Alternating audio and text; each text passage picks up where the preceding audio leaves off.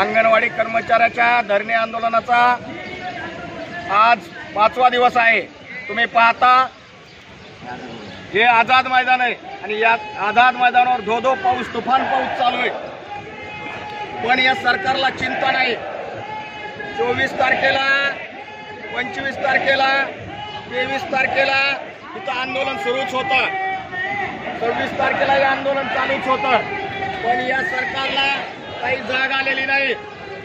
24 तारखेला प्रचंड असं धरणे आंदोलन या ठिकाणी झालं आणि जेल भरो आंदोलन पण या ठिकाणी झालं, पण या सरकारला याची जाण नाही। सरकारने जोपर्यंत मानधनवाढीचा GR काढत नाही तोपर्यंत हे धरणे आंदोलन चालूच राहील। इथं बघा तुफान पावसात सुद्धा या महिला, इथलच्या स्थानिक महिला इथं आलेल्या आहेत आणि 100% सरकारने या मानधनवाढीचा GR द्यावा, त्यावेळेस आम्ही इथून हटणार आहे।